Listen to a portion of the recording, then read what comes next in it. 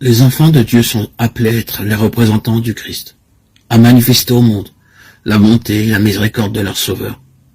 Comme Jésus nous a révélé le caractère du Père, ainsi nous devons le révéler lui-même à ceux qui ne connaissent pas son tendre amour et ses compassions.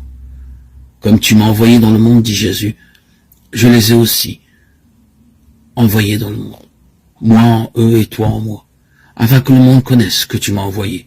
Jean 17, 18, 23. L'apôtre Paul écrivait aux chrétiens de Corinthe, vous êtes manifestement des lettres de Christ, connues et lues de tous les hommes. 2 Corinthiens 3, 3, 2. En chacun de ses enfants, Jésus envoie une lettre au monde. Si vous êtes son disciple, vous êtes la lettre qu'il envoie à la famille où vous logez, au village, à la rue que vous habitez. Par vous, Jésus désire parler au cœur de ceux qui ne le connaissent pas.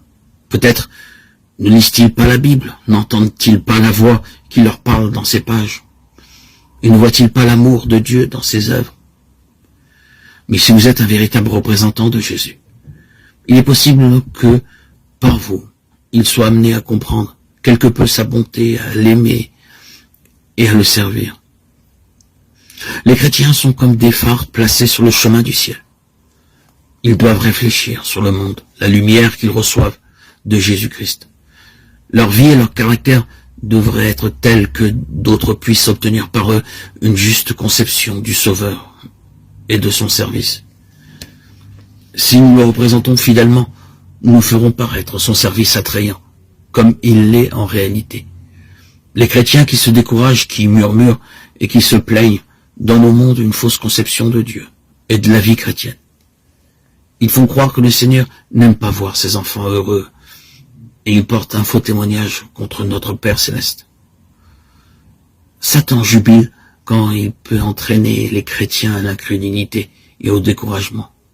Il est heureux quand il voit que nous manquons de confiance en Dieu et que nous doutons de son désir et de sa capacité de nous sauver.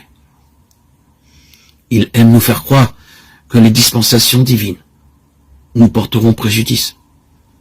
C'est l'œuvre de Satan de nous représenter le Seigneur comme dénué de miséricorde et de compassion. Il dénature les faits et remplit les imaginations de notions erronées au sujet de Dieu. Et nous nous arrêtons trop souvent aux caricatures de Satan, au lieu de chercher à connaître le vrai caractère de notre Père que nous déshonorons par notre manque de confiance et nos murmures. Satan s'efforce toujours de représenter la piété sous un jour sombre. Il désire faire paraître la religion pénible et fastidieuse. Aussi, quand le chrétien présente le christianisme sous ce faux jour, son incrédulité confirme le mensonge de Satan.